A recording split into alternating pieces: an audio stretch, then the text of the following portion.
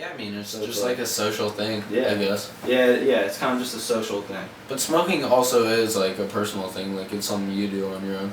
Yeah. You know? My art is sick.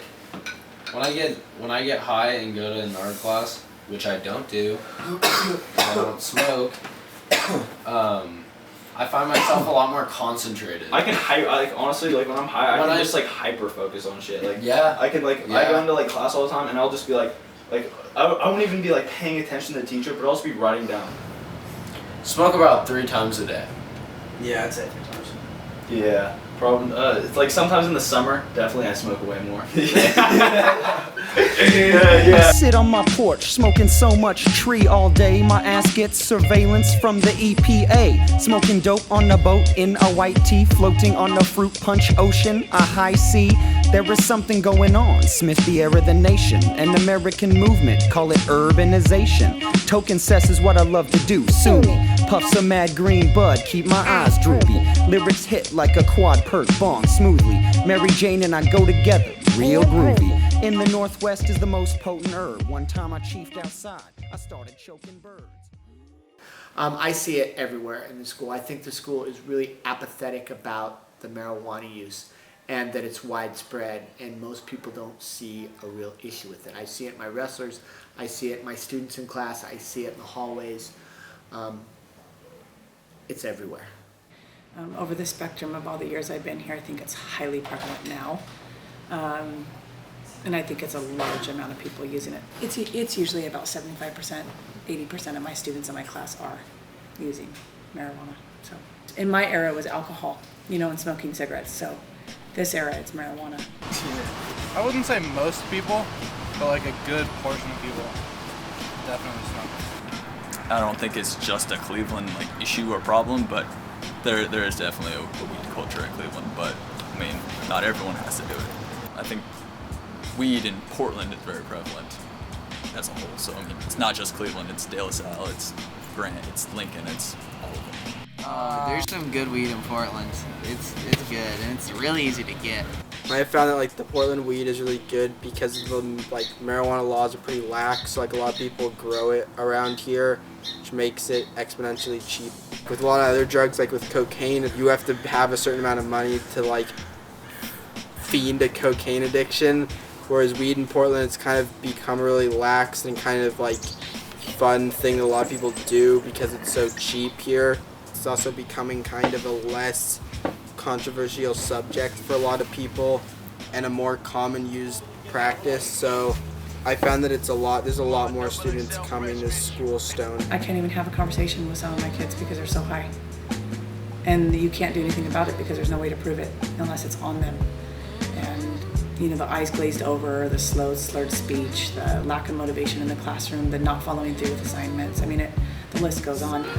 I pretty much know if they are, so I don't think students do it so much in my class, before class. But in school, I think kids are getting high every day, either before school, during lunchtime. Sometimes before school, we might hit a couple bowls. That's what wakes us up. That's what makes us feel happy. No. I was saying this morning. I was like, I think a lot of kids come to school high, or they get high at lunch, they skip class and they get high and they go to class. They either skip class and don't go, or sometimes they skip and come back high. I think most of them probably skip and don't go. I don't know, I feel like for a lot of kids, they'll smoke a lot and skip class to do it. Yeah, but I feel like I smoke and then I go to fucking class. Yeah, way more. People seem to handle it pretty well. I mean, I can't really imagine doing that. It seems just kind of unpleasant. Who wants to get high and then go do math? Yeah.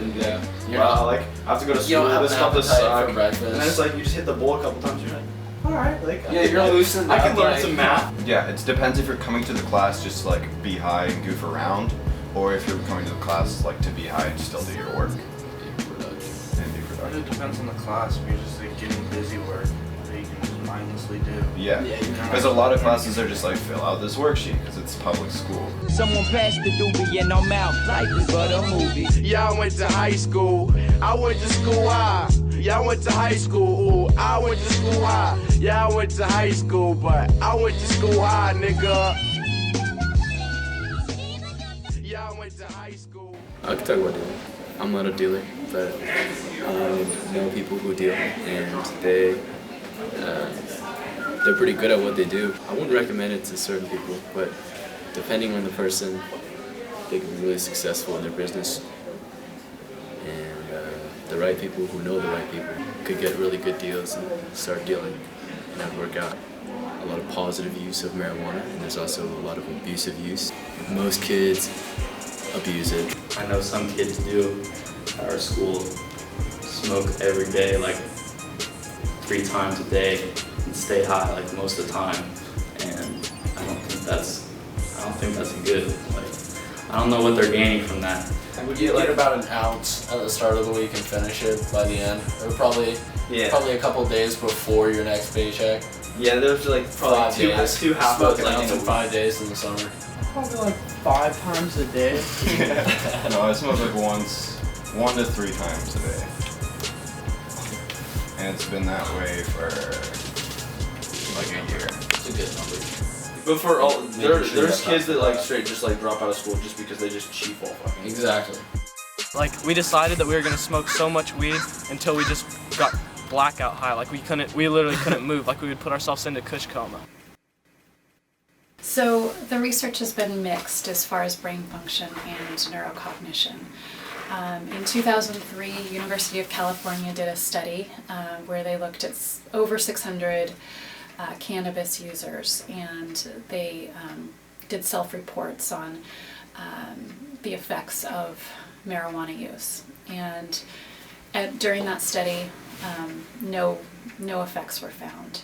But then in 2012, there was a study done out of New Zealand where they followed individuals from birth to 38 years old. And in that study, the more cannabis use that the individual had, especially during the teenage years, the more different their brain structures were on MRI, and the poorer they did on memory tests. The theory behind the teenage brain, why cannabis would affect it more than the adult brain, is because the brain is still developing at that time. Well, you need to delay whatever you can possible until the maturity of your brain, the maturation of your brain.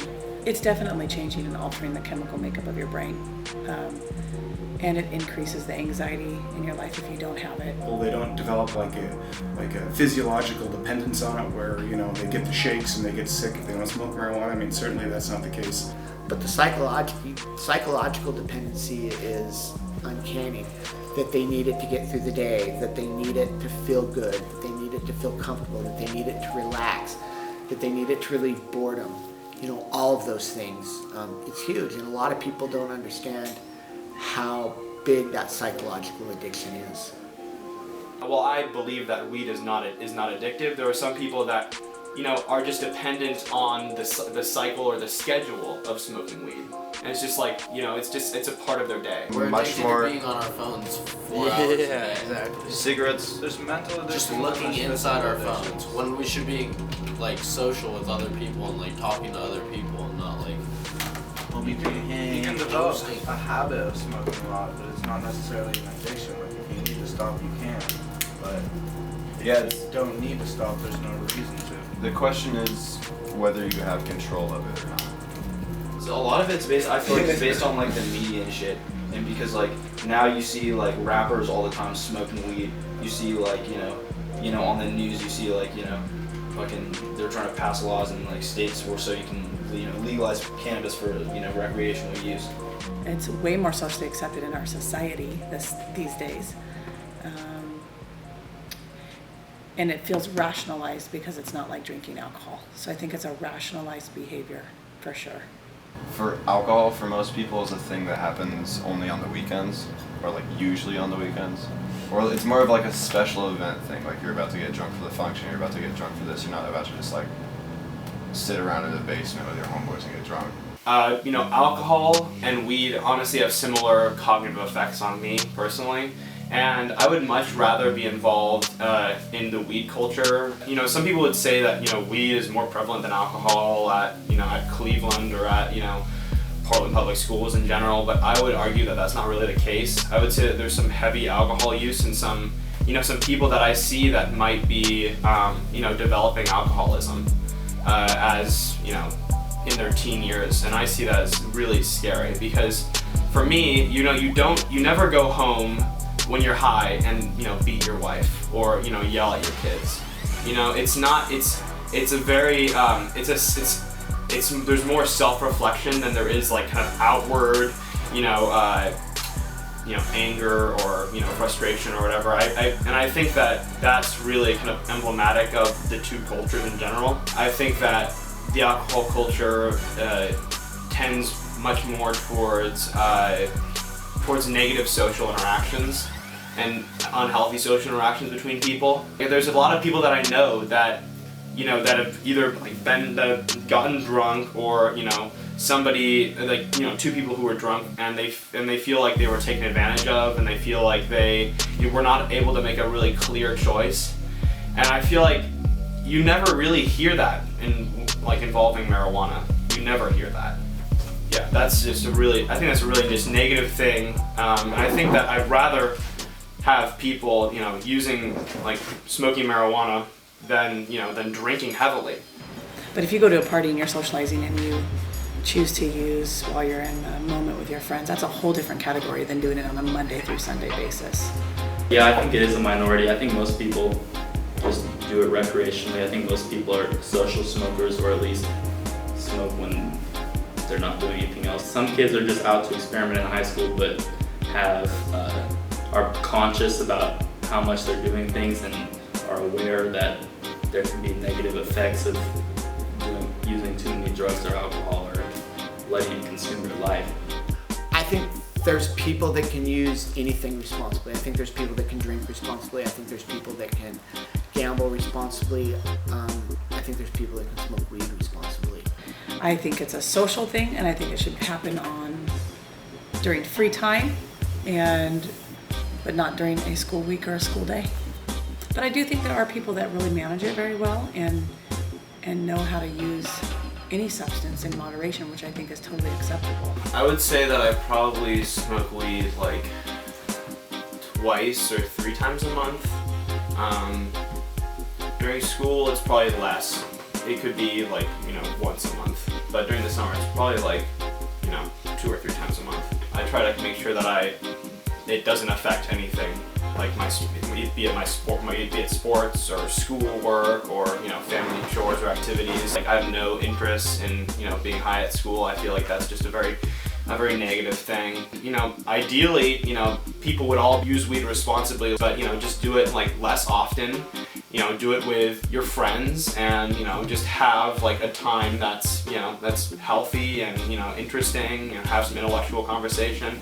And I feel like that's another thing that's really positive about weed culture is there's much more like intellectual conversation or creativity that comes out of the weed culture. I mean, I don't know. I don't want to say that like you should smoke weed to have intellectual conversations, because obviously you can have them either way.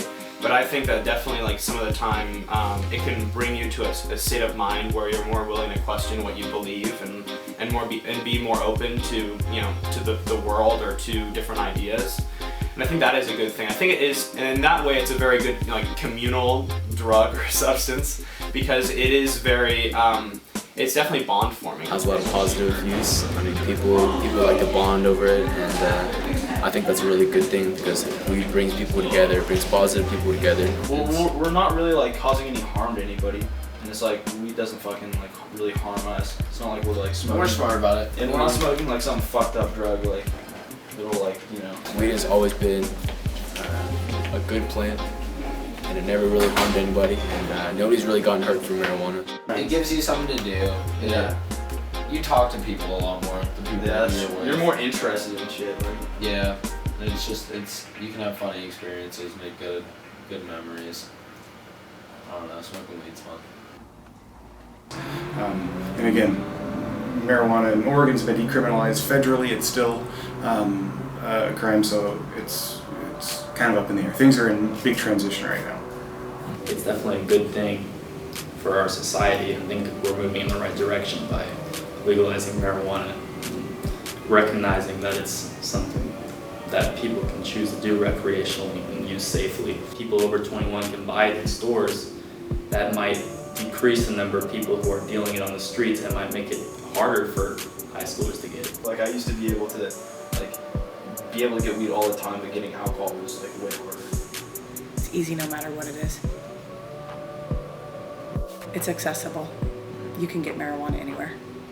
The legalization doesn't play a role at all in my mind with the teenage aspect. They're going to do it regardless. But I worry more about the more apathy that there's more of a thing out, or more of a stigma out there that marijuana use isn't dangerous for young people, that it's fine, it's natural. And I think for young people especially, there's many more risks. I think it's a ridiculous argument to say that legalizing weed will say that society deems it okay, you know? To me, I just think that the ridiculous thing is when adults or teachers or administration label, paint the, weed culture with a very broad brush, including people who are very responsible with their use. You know, when they say like 75% of people are smoking weed at Cleveland or whatever, it's, 75% of people use weed, that to me is just a ridiculous statistic. It's ridiculous because it doesn't show any of the gray areas at all. It doesn't show the difference between me or somebody who smokes weed every day or twice a day or 3 times a day. I see it as a complex issue that people address as a black and white problem. And that's the major issue, I think. Especially among weed use among minors. I'm trying to smoke some pot. I'll be real. Let me level with you. I'm an addict. Let me level. You need treatment. I need help. That help is to legalize it so I can get high more often. No, actually. My name is Pothead and I approve this message. Pot! It's the good stuff. I kissed him because I'm high on pot. Weird stuff starts to happen. Start to feel weird in your underpants. Start kissing other dudes and shit. Hey, I'm on pot. I kissed a man. I love pot. I love men. I mean pot. Men.